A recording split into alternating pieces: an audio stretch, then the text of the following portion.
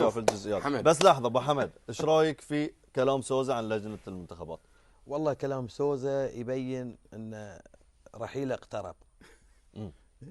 لو لاحظنا التصريحات الاخيره حق المدرب سوزة بايع مخلص يعني، قرينا فحواها وما بين السطور.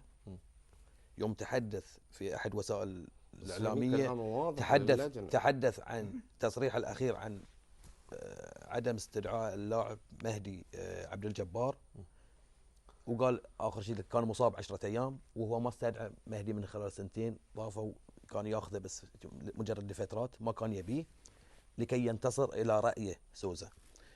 واليوم تصريح حق لجنه المنتخبات لم اعهد سوزة اطلاقا.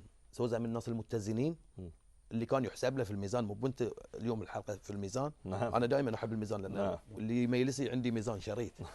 فالكفه الميزان تحسب له انه هو انسان ناضج منيه هادئ متزن، ولكن اذا باقي عن عقده الان 3 شهور ولم يجدد له فاعتقد ان العلاقه شبه منتهيه.